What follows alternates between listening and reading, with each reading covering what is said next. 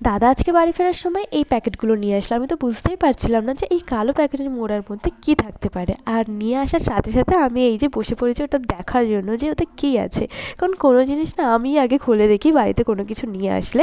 তো একটা প্যাকেট খুলতে দেখলাম যে এখানে অনেক রকম মিষ্টি আছে, সিঙ্গারা আর লেডি ক্যান্ডি বা ওই 3 কোনা যে মিষ্টি, যেটা আমার ভীষণ ভালো লাগে, আর অনেক রকম মিষ্টি ছিল। আর আমার গলার অবস্থা ভীষণ খারাপ, কারণ প্রচণ্ড ঠান্ডা লেগেছে, সেটা শুনেই হয়তো তোমরা বুঝতে পেরেছো। আর একটা প্যাকেটে তুমি খোলার আগে থেকেই বুঝতে পেরেছিলাম যে এটাতে বিরিয়ানিই হবে, তাই জন্য আমি ওটা আর মানে ঢালিনি।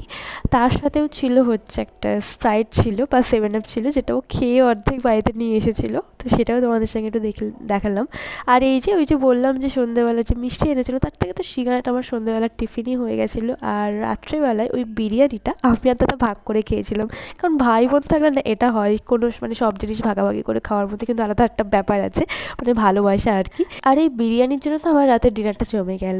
আর পরের দিন দাদাদের স্কুলে ছিল মাধ্যমিকের ব্যাচের ছেলেদের ফেয়ারওয়েল, তো ওই সবাই মিলে সব স্যারদেরকে এরকম একটা করে গিফট করেছিল। আর এই গিফট আনার সঙ্গে সঙ্গে তো চকলেটটা আমি হাতিয়ে নিয়েছিলাম, তো দ্যাটস ইট।